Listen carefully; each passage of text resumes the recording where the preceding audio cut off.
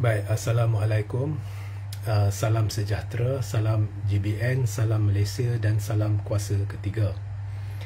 Jadi live pendek ini adalah bagi mengumumkan kepada anda semua satu kemunculan yang bakal berlaku dalam masa tak lama lagi, dan inilah yang saya akan iktiraf sebagai kuasa ketiga.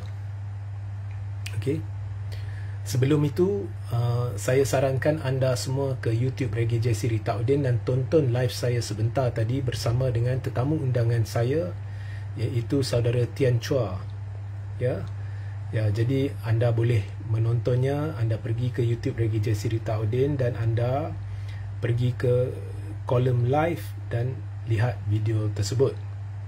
Agak menarik, kupasan daripada Tian Chua, kupasan yang matang. Okey.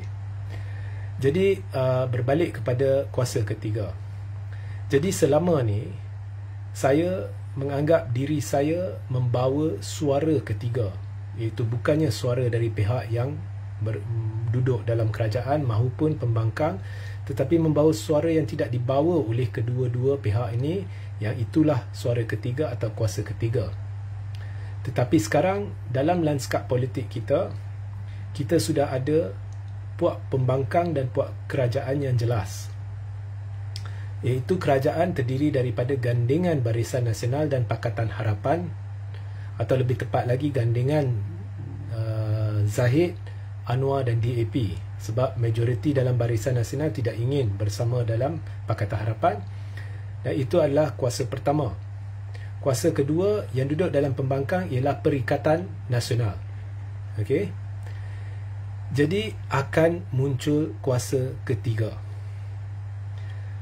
Negara kita sekarang mengalami polarisasi kaum dan agama dalam kadar yang terburuk dalam sejarah, ataupun lebih tepat lagi sejarah selepas tahun 60-an. Sebab pernah benda ni jadi pada penghujung 60-an. Ya, jadi di mana kita lihat bukan Melayu dia duduk dengan kerajaan, Melayu dia duduk dengan pembangkang. Okay. Dan PRU 15 telah menunjukkan bahawa cerita sahaja nak kerjasama dengan DAP, Melayu pergi lari belah, dia cari-cari kumpulan alternatif Melayu Islam. Okay. Dia dengar aja dia nak lari. Okay. Dan ditambah pula dengan kerjasama PH dengan BN ni, di mana ramai penyokong mereka, saki-baki penyokong BN khususnya yang dikencing, maka selepas ini dikiralah kalau berbanding dengan PRU 15 lebih ramai, termasuk mereka yang pada PRU 15 menyokong UMNO, dikira sudah lari dan tidak lagi menyokong UMNO. So itulah maksud saya, Melayu Islam duduk di belah pembangkang dan bukan Melayu duduk di belah kerajaan. Jadi andai kata benda ni tidak terjadi, andai kata Perikatan Nasional kerjasama dengan PH, benda yang sama akan terjadi.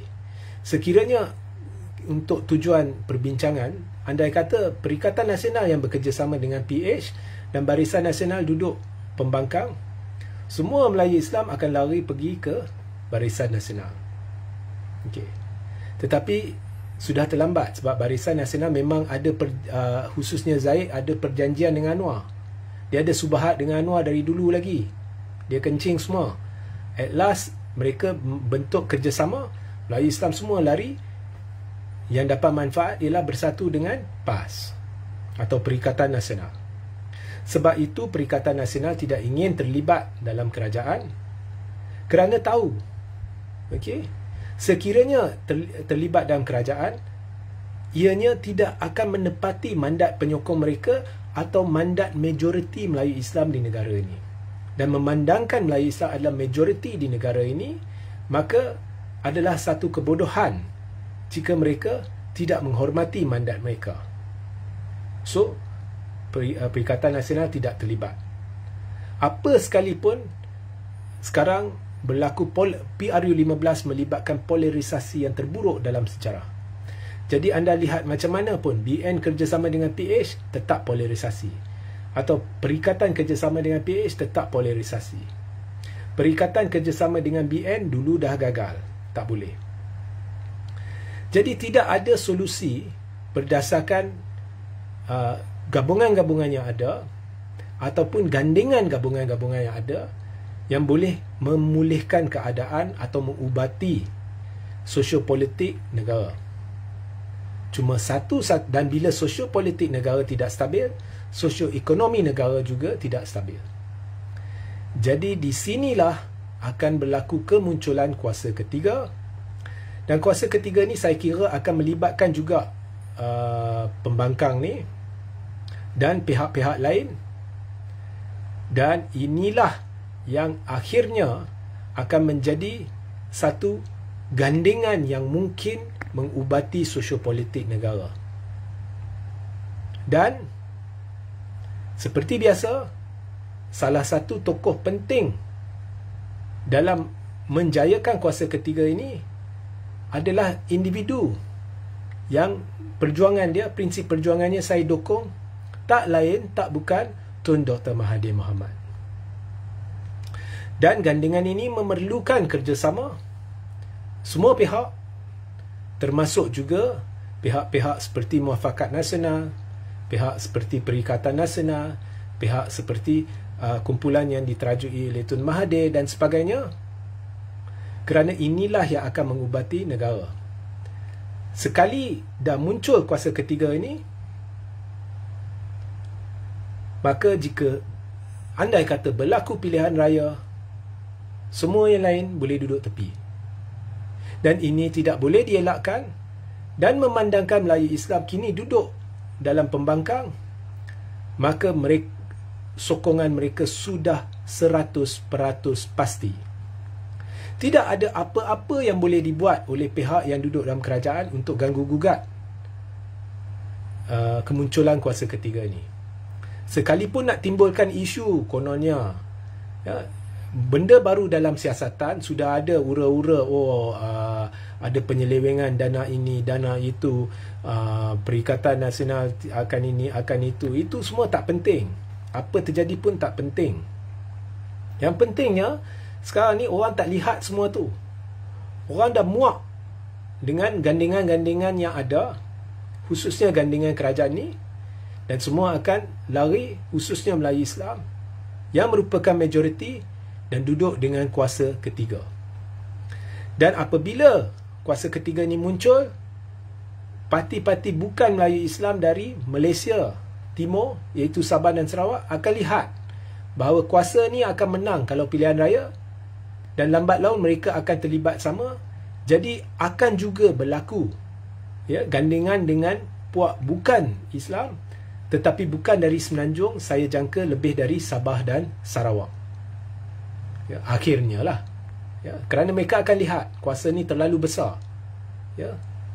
Kuasa ni boleh rampas negara kalau berlaku pilihan raya. Jadi mereka akhirnya akan berbaik-baik.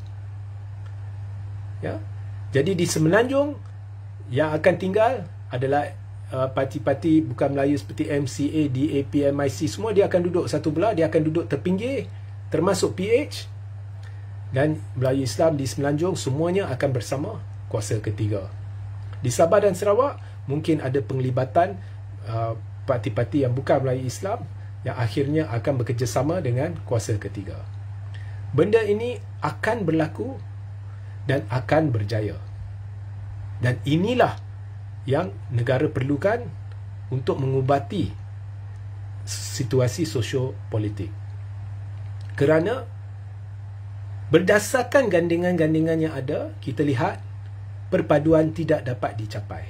Mustahil dicapai sekalipun diwujudkan satu kerajaan perpaduan dalam erti kata sebenar. Perpaduan di peringkat akar umbi rakyat tidak mampu dicapai. Dia akan berpecah, tetap berpecah, tetap ada polarisasi. Contohnya saya beri, jika Perikatan Nasional kini masuk dalam kerajaan, dia akan jadi PH, Barisan dan Perikatan, maka semua Melayu Islam tetap tidak akan masuk di Semenanjung. Dia akan tunggu alternatif. Maka esok ada satu kumpulan baru yang tak menang sebarang kerusi pun, tapi dia mula gerakan dia, semua Melayu Islam akan pergi ke hala dia. DAP ni di Semenanjung orang Melayu memang tolak 100%. Ya, Anwar pun sekarang dah kira 100% lah. Kalau PRU 15 dapat 11% pengundi, saya rasa itu pun dah hilang selepas kena kencing. Di Sabah Sarawak pun kita lihat ramai yang sudah mula tolak DAP. Jadi akhirnya DAP hanya akan kuat di Semenanjung dengan undi Cina. Balance di Sabah Sarawak dia akan cari gandengan kuasa ketiga. Di Semenanjung semua Melayu Islam cari kuasa ketiga. Inilah kesan PRU 15 yang tak boleh dielak. Nak buat kes apa, nak korek skandal apa sekalipun dibuat, benda ni tidak boleh dihalang. Sehingga kita berjumpa di lain masa. Assalamualaikum, salam sejahtera, salam GBN, salam Malaysia dan salam kuasa ketiga.